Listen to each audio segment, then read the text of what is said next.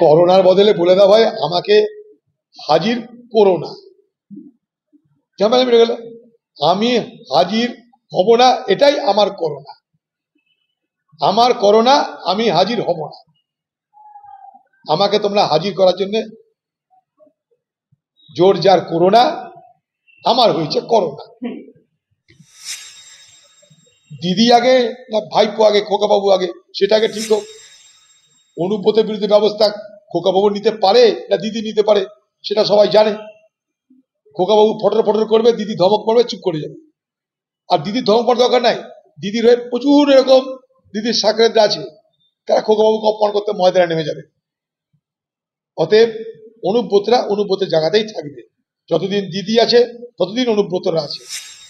দিদির আশ্রয় প্রশ্রয় এরকম কত কেষ্টা, ফাটা কেষ্টা, গোটা কেষ্টা ঘুরে বেড়াচ্ছে বাংলায়, তার কোনো ঠিক নাই। মেরুদণ্ড তো মানুষকে ওই জন্যই দেওয়া হয়েছে যাতে চাপ সহ্য করতে পারা যায়। সরকারি হসপিটালে ডাক্তারের কাছে কিসের চাপ? তাদের এই কথাটা মানুষের সামনে এসে বলতে হবে। সেটা কি রাজনৈতিক নেতার চাপ, সরকারি দলের চাপ, নাকি তার ব্যক্তিগত কোনো স্বার্থসিদ্ধি করার জন্য অসৎ উপায়ে তিনি কোনো সময় কারো সুবিধা নিয়েছেন, আজকে তার কারণে ব্ল্যাকমেলিংয়ের চাপ? ফলে এটা ডাক্তারবাবুরা বলবে। তবে চাপের কারণে আমি কোনো মিথ্যে নথি দিচ্ছি, এটা তো সরকারি স্তরে মানা যায় না।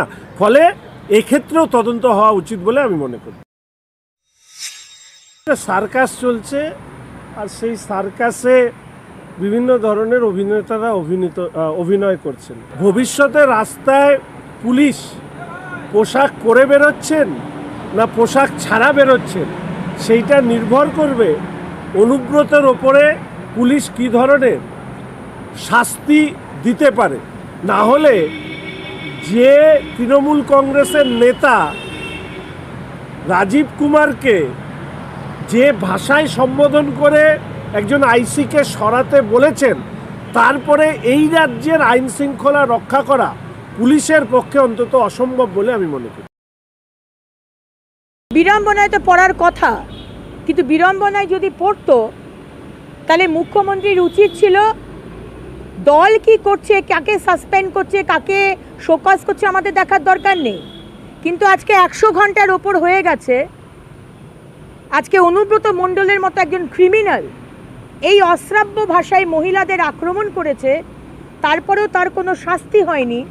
এটা থেকে পরিষ্কার যে মমতা ব্যানার্জি মোদিজিকে যেমন ভয় পান, অমিত শাহজিকে যেরকম ভয় পান, সেরকমই অনুব্রত মণ্ডলকেও ভয় পান, যে অনুব্রত মণ্ডল পাচ্ছে না ওনার গোপনীয় কিছু কথা ফাঁস করে দেয়। সেই কারণে আমি আর কোনো কারণ দেখি না। সিবিআই যখন তাকে রিমান্ডে নিয়েছিল, আসানসোল কোর্টে নিয়ে গেছিল, জেলে রেখেছিল, তখন এই পুলিশই একটা ফলস কেস দিয়ে তাকে সিবিআইয়ের হাত থেকে ছিনিয়ে নিয়ে এসেছিল, বোলপুরে রেখেছিল কোর্টে। তো পুলিশের তো একটা পাওনাই আছে। তোমরা যদি তাদের তাঁবিদারি করবে তো তোমাদের সঙ্গে চাকর বাকরের মতো ব্যবহার করবে। পশ্চিমবঙ্গ পুলিশের দুর্ভাগ্য বলা যায়, আমাদেরও দুর্ভাগ্য যে পুলিশ সমাজের মেরুদণ্ড, তারই মেরুদণ্ড নাই। তাই বারবার এরকম ঘটনা ঘটছে, আর দুষ্কৃতকারীরা দাপিয়ে বেড়াচ্ছে কোনো না কোনো নেতার আশীর্বাদে। কখনও তার বিরুদ্ধে পুলিশ ব্যবস্থা নেওয়ার হিম্মত করে না। সবাই প্রশ্ন করছে, কারণ অনুব্রতের মাথায় বীরের সম্মান দিয়ে যিনি ওরা আশীর্বাদ করছেন তিনি মমতা বন্দ্যোপাধ্যায়। কারণ এমন অনেক কিছু আছে যে উনি সব কিছু জানেন।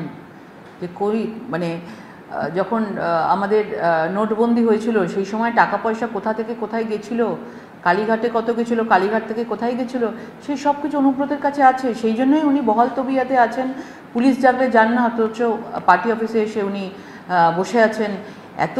এই ধরনের সাহস একমাত্র তারই হতে পারে যার মাথায় মুখ্যমন্ত্রীর আশীর্বাদ আছে।